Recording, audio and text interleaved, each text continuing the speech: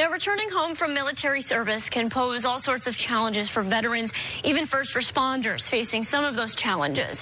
One local organization that's focused on the wellness of responders in the line of duty is Alliance180 in Galway. And joining us live this morning is co-founder and Vietnam War veteran Bob Nevins. Bob, thank you for joining us this morning. Good morning, so happy Emma. to have you. Good to see you again. Now, I have been to the farm, but for those who aren't familiar with Alliance180, give me a little overview of what the work is that you do at the farm. Well, our main focus really is suicide prevention, which is a big problem with the military community, the veteran community. And we just developed this program that's just so powerful that it turns people around, turns them away from the destructive thoughts of suicide and the results of all of that, which is painful for a lot of people. And I've seen some of the videos of the work you've done and just experienced the farm. It's really powerful what you do, and it's very niche, but a big part of that is the horses. Tell me a little bit about the sponsor horse program that you're launching and how people can help. Okay, well, thank you.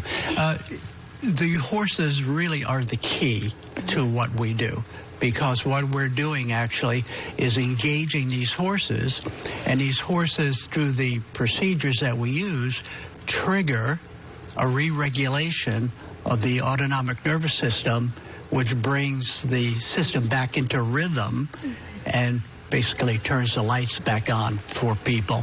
So we have 7 horses that are actually in the program at the moment, and we really depend on them to show up and do what's needed.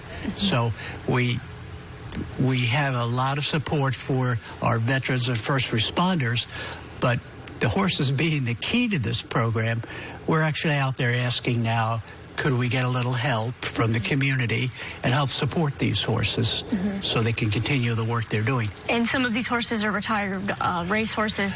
Tell me a little bit about where these horses come from as well. Well, most of our horses, 90%, are off-the-track thoroughbreds that have been retired to rehoming facilities. And there they try to train them to be jumpers, show horses, whatever. But some of them have come with injuries, and those horses are not suitable for that.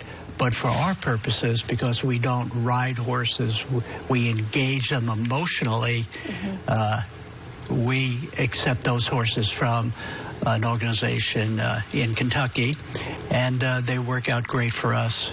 It's wonderful. I've seen the work that you do. It's incredibly powerful.